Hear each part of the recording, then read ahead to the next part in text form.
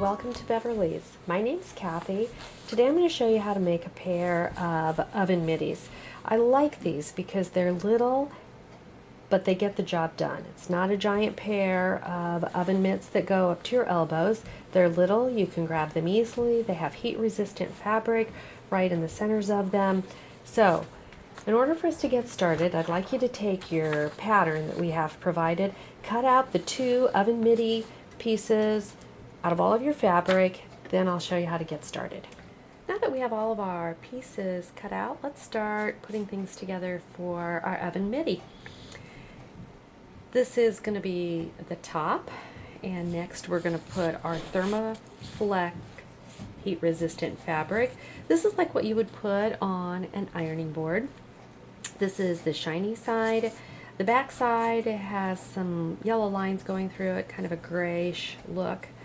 And you're going to want the shiny side, which should be closest to the heat source. That's going to come next.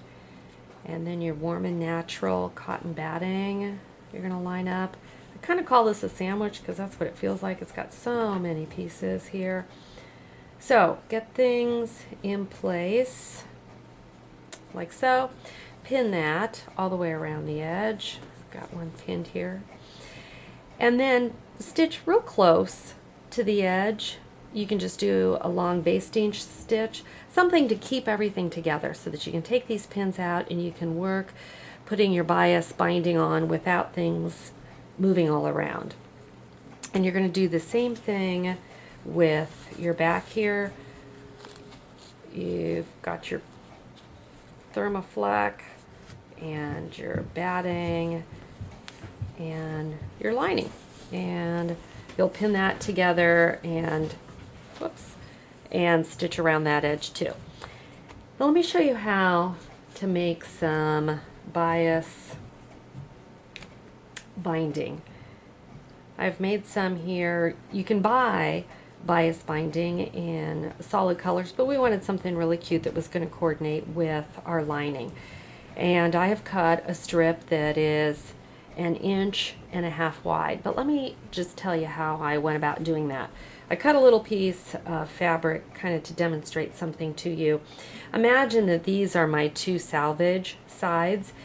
If I pull them side to side, there is just no give to the fabric.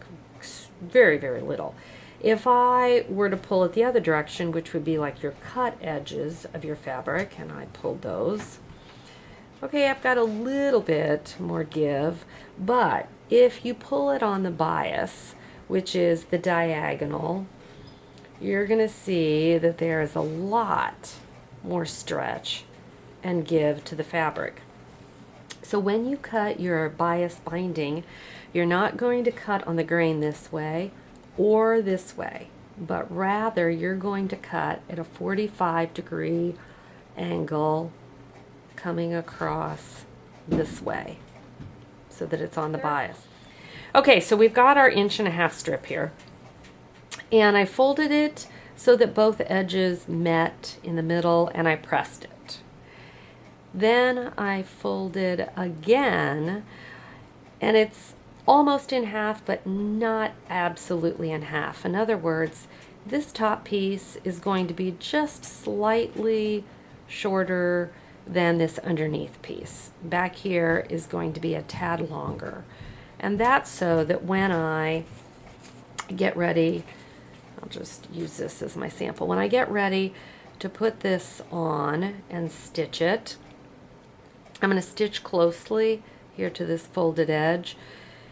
I'm going to have this back piece extend just a little bit further, and it'll be easier to be sure that it all catches inside. So we're going to go ahead and pin and stitch our binding across this edge. Now that we've got our binding stitched in place, let's go ahead and get everything put together. Let's trim off the edges here.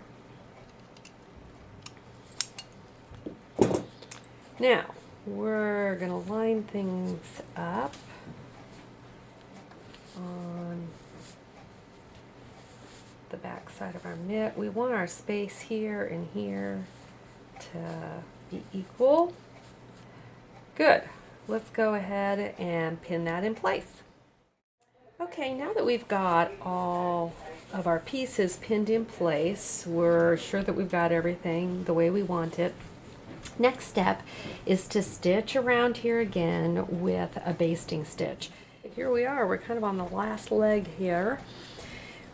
The binding is all pinned in place, and if you'll notice, I started over here where my two halves met, a little bit over the edge, and I pinned that all the way around. I did not cut off my binding. You just never know how things are going to shift or jiggle, so I'm leaving this still hanging here, and I'll show you what we're going to do when we come back. But I'm going to start stitching close to this edge. I've already double checked back here, and I have all my raw edges are underneath. I'm even going around the back. Those are some of the things that you want to check. So let's start stitching. We're around the edge, and I said I was going to show you how to attach this here. I think you can see why we made that binding on the bias, just so that you could get around these curves. So let's clean things up here a little. We've got threads from where we started at the beginning. So let's snip those off. Now, I'm going to snip this longer than I would normally, just because I want to be able to show you something. So let's just cut this off. Now, what you're going to do is fold your raw edge back, about a 1/2 inch, 3/8 of an inch, whatever you're able to manage there.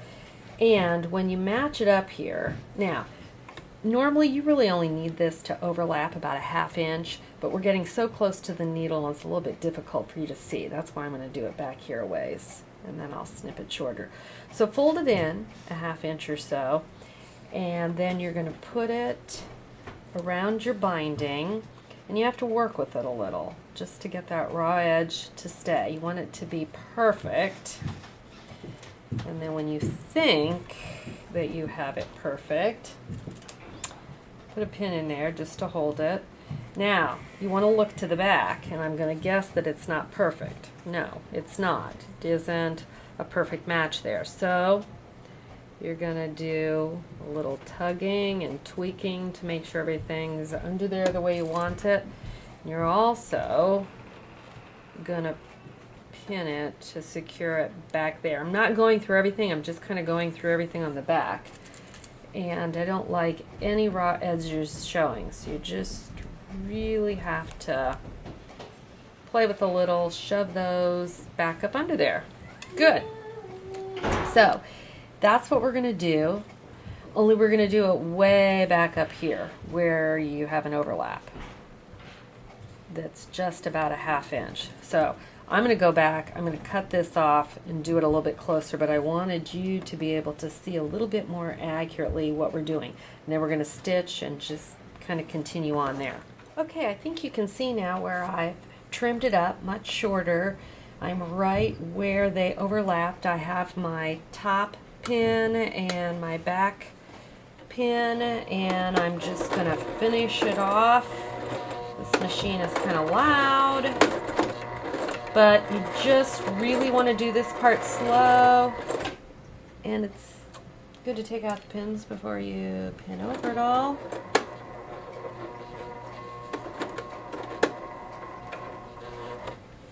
And we'll take one more, and we should be good.